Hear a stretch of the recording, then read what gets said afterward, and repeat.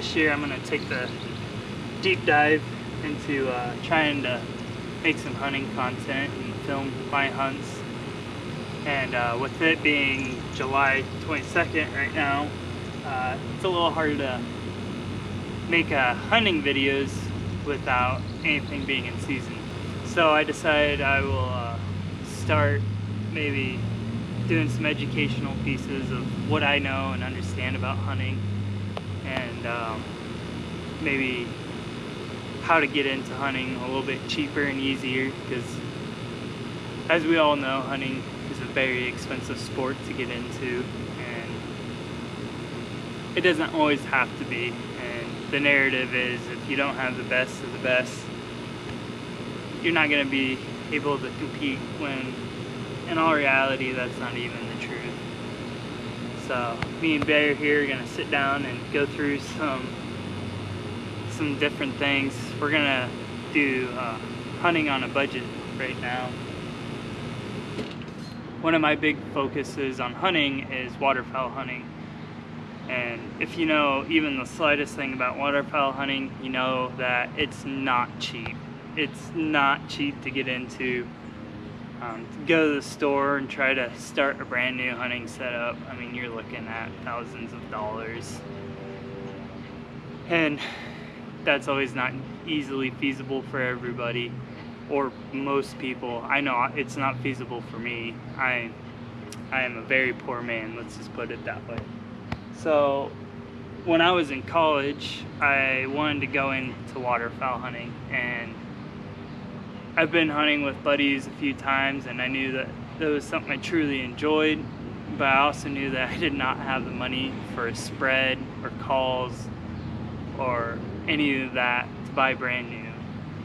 So I went to different avenues of looking for things, and with these different avenues, I want to make sure it's iterated to be safe while doing these things. You know, today's a crazy world. You don't know who you're going to be interacting with. But one of my biggest things that I used getting into it was Facebook Marketplace. You know, I knew that I had a little bit of money saved up over the summer, and I was working during the summer times when I was in college, so I had a little bit of money, and that's why I started looking for getting at least a spread and maybe a duck call. So I was going through Facebook Marketplace, and what I ended up coming across was, I don't know, a dozen decoys of like puddle ducks. I have some mallards, some widgeon. I think there's a couple pintails in here. And one thing you notice, like, these decoys are not like grade A material, but what they are is good enough to get started.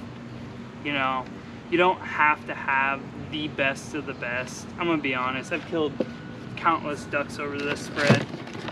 Just this nice easy dozen decoys that I have here of drakes, hens, and a variety of duck species. And you know, I was scrolling through Facebook Marketplace, and I think I found this spread for like 40 bucks. It came with the Texas rigs already on them, so I didn't have to worry about looking for weights. I didn't have to worry about trying to figure out how to get everything else set up. It was ready to hunt right off the get-go. So I knew I had one problem solved, and I knew that I had a couple more that I was needing to figure out. So what ended up actually happening is, me and one of my good buddies, we were scrolling on Facebook, and we realized that there was a citywide garage sale happening, and we went there with one purpose, was to find hunting things on a discount. And when we went there, we did not expect to come away with what we actually ended up getting. So one of the things that we found was, once I grab it, was we came across 4 mojos, and we picked up 4 mojos for $25. That is all that we spent on these.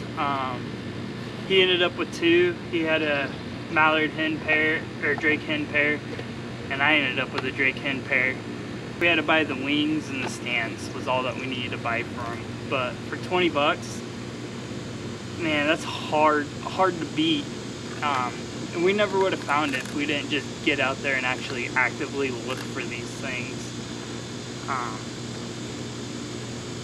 And it was so surprising to us when we found them.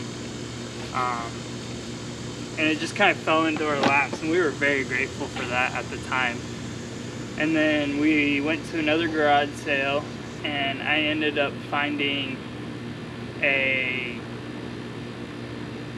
duck call. It was a duck commander duck picker, I think is what the call was.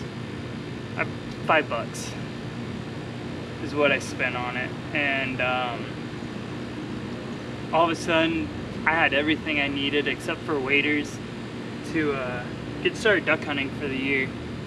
And I was really excited because I was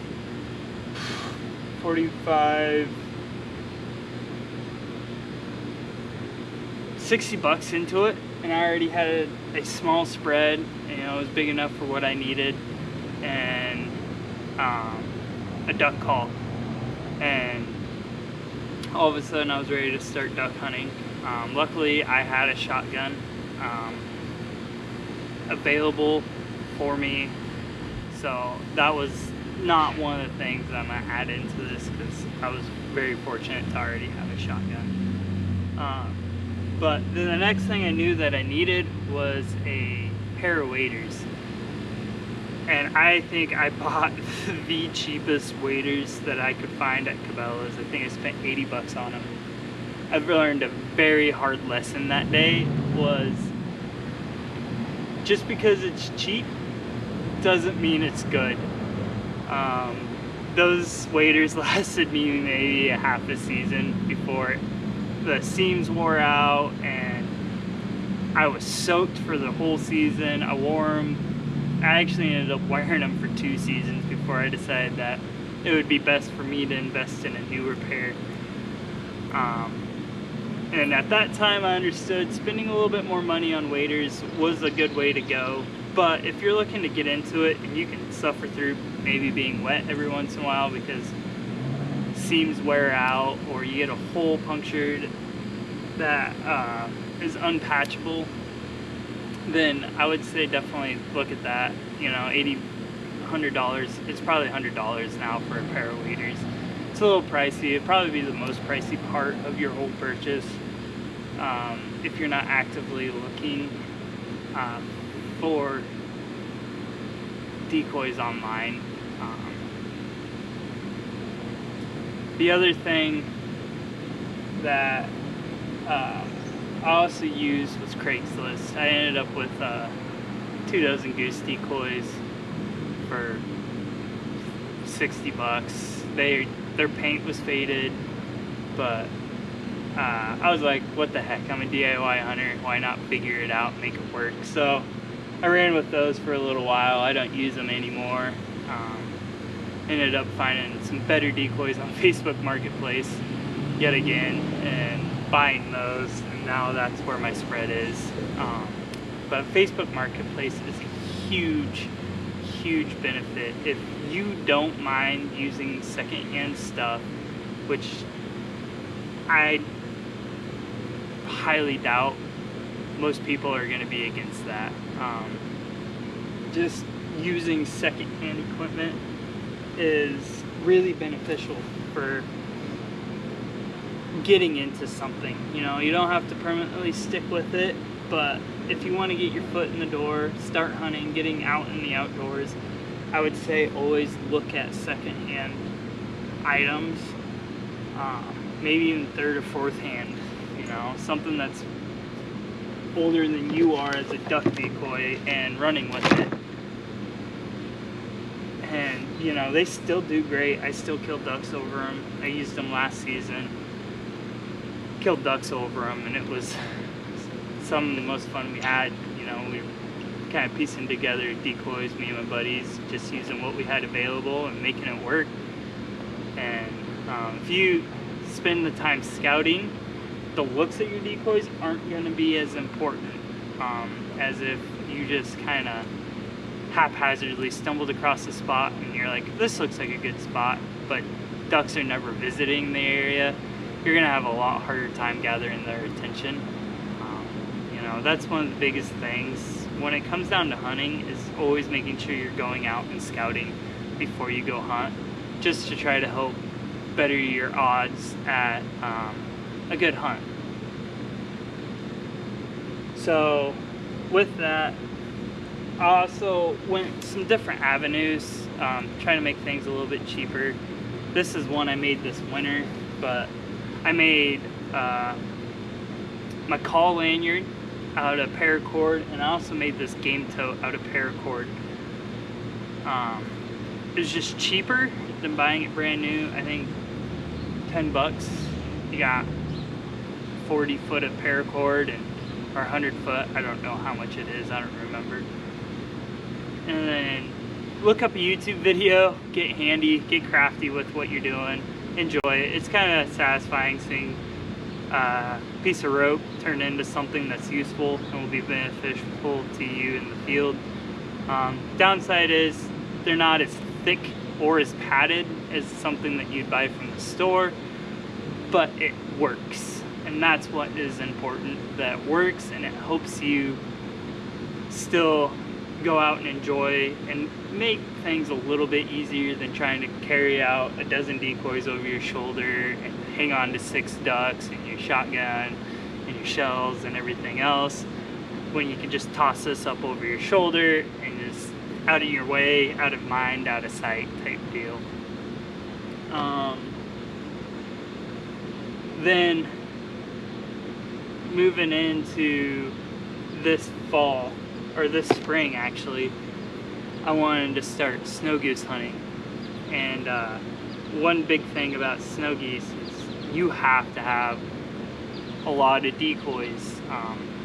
The first thing you're going to learn about snow goose hunting is numbers matter. You have to have hundreds or thousands of decoys set out in front of you, or you're just not going to attract the birds. And for that number of decoys, it's going to cost money. And you know, we're a budget friendly group. We don't want to spend a lot of money. We don't have a lot of money to spend, so we need to get creative again, like we did with the lanyards and the game totes, and figure out a different way. So what we ended up doing is, I had a buddy that had a bunch of sandbags, and so we made our own snow goose socks. These things are pretty nice. If I'd go back to do it a little different, I definitely would, but we had a bunch of sandbags for free, and I had cardboard. You know, everybody has cardboard laying around the house, and I bought flags, little wired flags, and I used those as the stakes. Downside to this is these flags and the cardboard, if it gets wet, the cardboard's going to get ruined for sure. The other real big struggle we noticed with this setup here is that if the wind was blowing really bad, the bag itself would just come off the stake. So I'm gonna re-look at this whole setup and try something a little different again next year. But it did work. We had a couple I take that back. We had one hunt over them. It was a cold day, end of season, migration kind of already passed through, so it wasn't the best hunt ever, but you know, they worked. They got birds' attention, we got birds to work. And if you want to get real creative, this is not very pretty, I'm not artistic by any means, but get back black can of spray paint and just spray paint an X on the back to mimic the wings folded over. I think I have a couple spray painted and a couple dozen spray painted, and the rest are just white bags.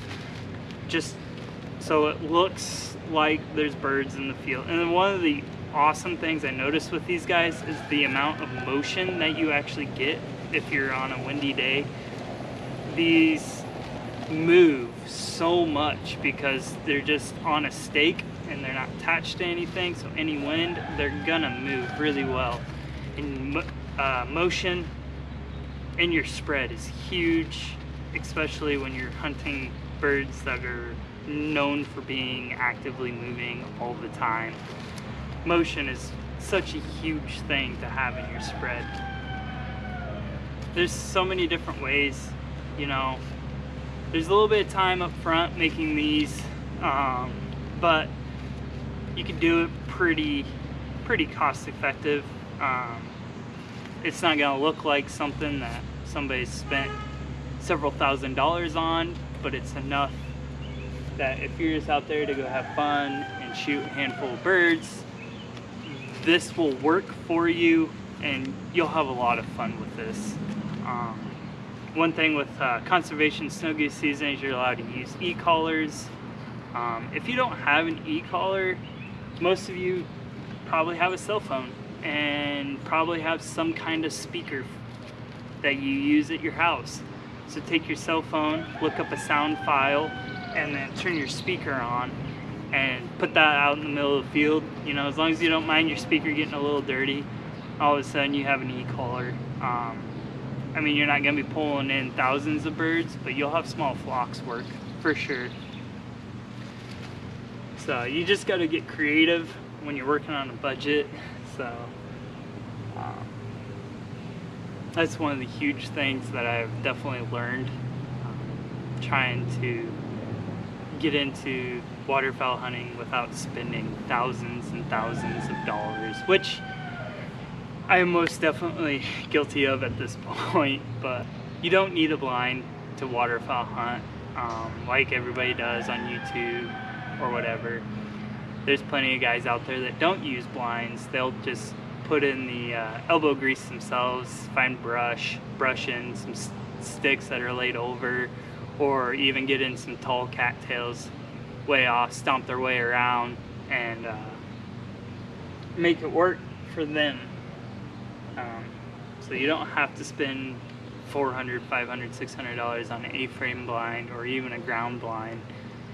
Just get useful and be resourceful with what you're trying to accomplish. And you know, I think you'll find a lot more enjoyment out of hunts like that than having, I don't know, at least I find a lot more enjoyment out of it than having just endless amount of money in a spread and decoys. And because this way I know that I put in everything that I have out in front of me is my own, and I put in the work, and when I get birds, it's just it's a rewarding feeling.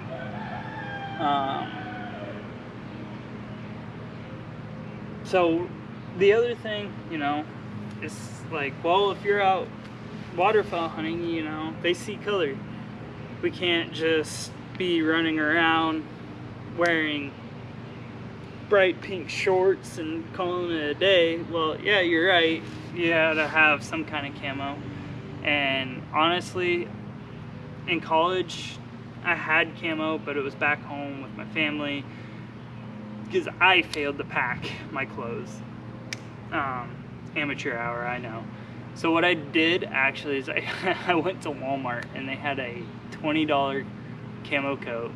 It was nothing special, and I bought it. And honestly, I still have that coat today, and I still use it. It's great. You know, you get something, and if it's a little bit waterproof, that's probably the better option. Because if you're waterfowl hunting, you're gonna be wet, and if you can minimize how wet you're gonna be, it's really nice. But everybody's got sweatshirts, I'm sure. You know, throw a couple sweatshirts, a long sleeve shirt underneath that coat, and all of a sudden you're pretty warm and you're hanging out there when it's 30 degrees out, wind's blowing, and you're not feeling anything because you've just properly layered under your coat. You know, maybe you buy an extra size too big so you can layer those things underneath, but you can buy your camo relatively cheap. I mean, it's not gonna be any Sitka coat or First Light or anything like that, but it doesn't matter as long as if it does its job, right? You just might have to be a little bit more resourceful on your layering system so you stay warm while you're out there. So that's a little bit about waterfowl. Thanks for tuning in to the experience. Hopefully today you guys learned a little bit about duck hunting on a budget, and some of this can be useful to you. If not, hopefully I put something else out there that will be useful for you guys, and then hopefully come fall we're gonna see a lot of fun and amazing hunts. Stay tuned for future videos.